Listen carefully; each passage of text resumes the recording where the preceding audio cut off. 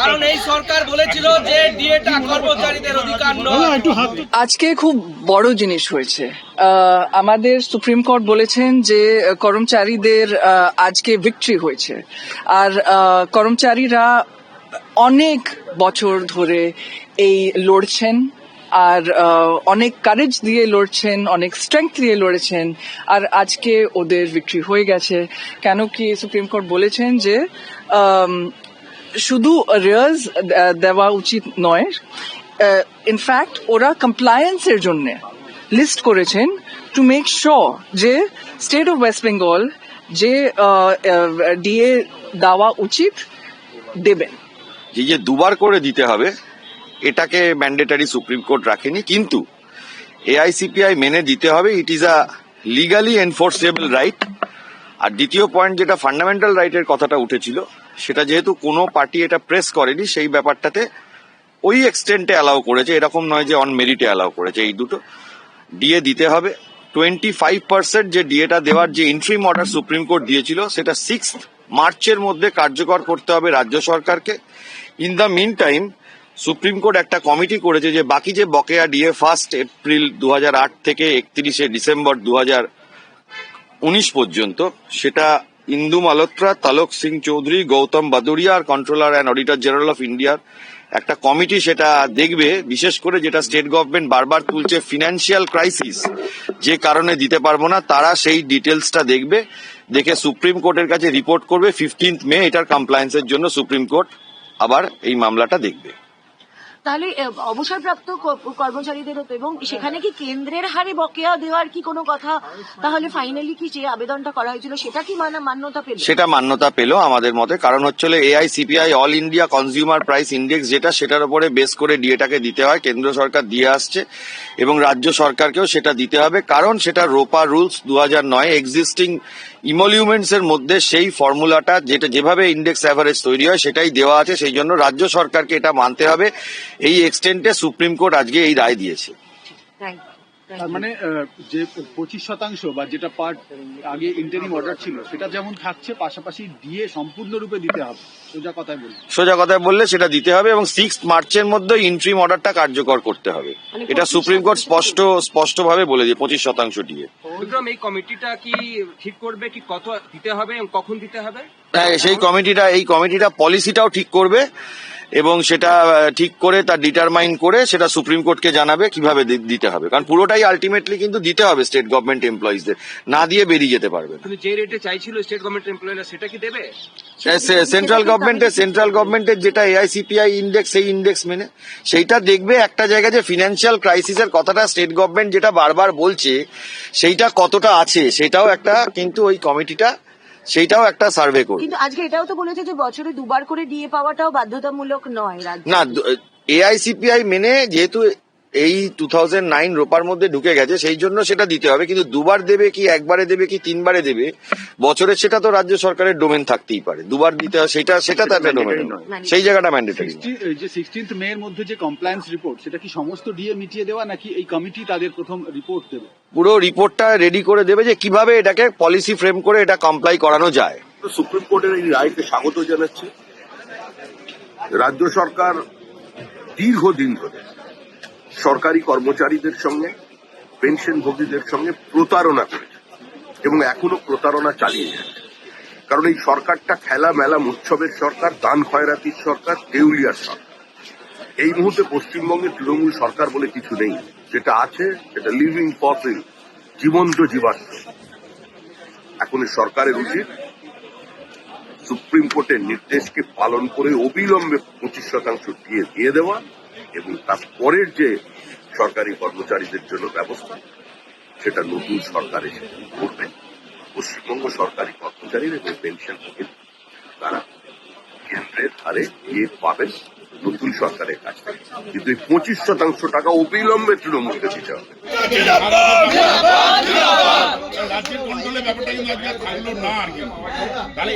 দেখুন, আজকে মহামান্য আদালতের অর্থাৎ সর্বোচ্চ আদালতের যে রায়, সেই রায় প্রমাণ করলো যে মমতা বন্দ্যোপাধ্যায়ের সরকারের যে স্ট্যান্ড, তাদের যে অবস্থান ছিল সেটা ভুল ছিল। কোর্ট পরিষ্কারভাবে বলে দিয়েছেন, মহামান্য সুপ্রিম কোর্ট বলে দিয়েছেন যে ডিএ ন্যায়সিদ্ধ অধিকার সরকারি কর্মচারীদের, এবং ইমিডিয়েট মহামান্য আদালত, সর্বোচ্চ আদালত বলেছে যে 25% ডিএ দিতে রাজ্য সরকারকে, এবং 3 সদস্যীয় কমিটি তৈরি করার কথা বলেছেন বাদবাকি অবশিষ্ট ডিএ নিয়ে কি হবে সেই সিদ্ধান্ত নেওয়ার জন্য। তো স্বাভাবিকভাবে মহামান্য আদালতের এই রায়কে আমি স্বাগত জানাচ্ছি, এবং এর মধ্য দিয়ে আমাদের সরকারি কর্মীদের যে অধিকার, ডিএ পাওয়ার যে অধিকার, সেই অধিকার কিন্তু এই কোর্টের মহামান্য আদালতের, সর্বোচ্চ আদালতের রায়ে কিন্তু আরেকবার সুনিশ্চিত হবে। সমস্ত শূন্য পদে স্বচ্ছ নিয়োগ করতে হবে, অনিয়মিত কর্মচারীদের নিয়মিতকরণ করতে হবে, সেই বেআইনি বদলি ডিটেলমেন্ট মানছি না, মানবো না। 1106 দিন ধরে সংগ্রামী যৌথ মঞ্চের আন্দোলন চলছে, চলবে, চলবে, দাবি আদায় না অবধি আমাদের লড়াই চলবে। সংগ্রামী যৌথ মঞ্চ জিন্দাবাদ, কর্মচারী ঐক্য জিন্দাবাদ, শিক্ষক কর্মচারী যৌথ ঐক্য জিন্দাবাদ, আমাদের সংগ্রাম চলবে। সমস্ত ডিটেল এবং বদলি সাথীদের সব স্থানে ফিরিয়ে আনতে হবে। সংগ্রামী যৌথ মঞ্চ জিন্দাবাদ, আমাদের সংগ্রাম চলবে, আমাদের সংগ্রাম চলবে, সমস্ত দাবি না আদায় অবধি আমাদের সংগ্রাম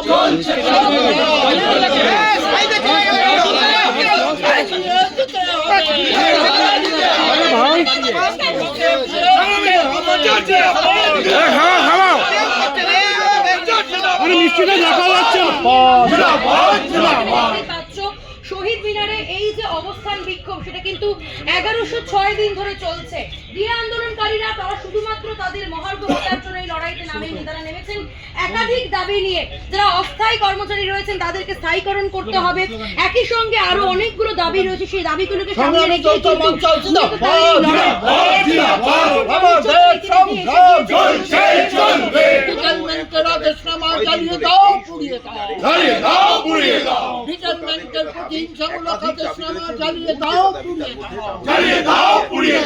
আমাদের সংগ্রাম চলবে। সংগ্রামী যৌথ মঞ্চ জিন্দাবাদ, সংগ্রামী যৌথ মঞ্চ জিন্দাবাদ। এই 1106 দিন ধরে অবস্থান চলছে, দাবি আদায় না অবধি অবস্থান চলবে। সরকারের গালে সবচেয়ে বড় থাপ্পড় সুপ্রিম কোর্টের মাধ্যমে পড়েছে, কারণ এই সরকার বলেছিল যে ডিএটা কর্মচারীদের অধিকার নয়। একটু হাতটা মিষ্টিটা দেখাই যাচ্ছে না। আরে এদিকে আসুন, এসে ঘুরিয়ে দেখুন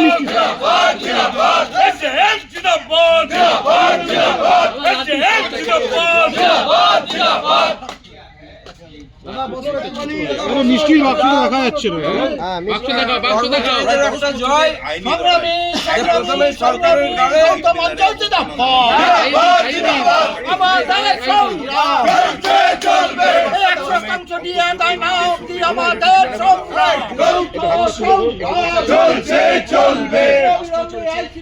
সেখানে কর্মচারীদের এই আন্দোলন কখনোই বৃথা যাবে না। দিতে হবে। আমরা বারবার দাবি জানিয়ে আসার পরও তারা আমাদের দাবি মানেননি। আমাদের অবস্থান চলছে, আমাদের আন্দোলন চলছে, সংগ্রামী যৌথ মঞ্চ জিন্দাবাদ। এই অবস্থানে 1106 দিন পর তবু সরকার নির্বিকার, এই সরকার হায় এই সরকারের কালো হাত ভেঙে দাও, গুড়িয়ে দাও। সংগ্রামী যৌথ মঞ্চ জিন্দাবাদ। আমাদের অবস্থান চলছে, আমাদের আন্দোলন চলছে, সংগ্রামী যৌথ মঞ্চ জিন্দাবাদ। আমাদের ভিডিও ভালো লাগলে লাইক এবং শেয়ার করুন। কমেন্ট সেকশনে গিয়ে জানান আপনাদের মতামত। আরও ভিডিও পেতে আমাদের চ্যানেল সাবস্ক্রাইব করুন এবং প্রতি মুহূর্তে খবরের আপডেট পেতে প্রেস করুন বেল আইকন।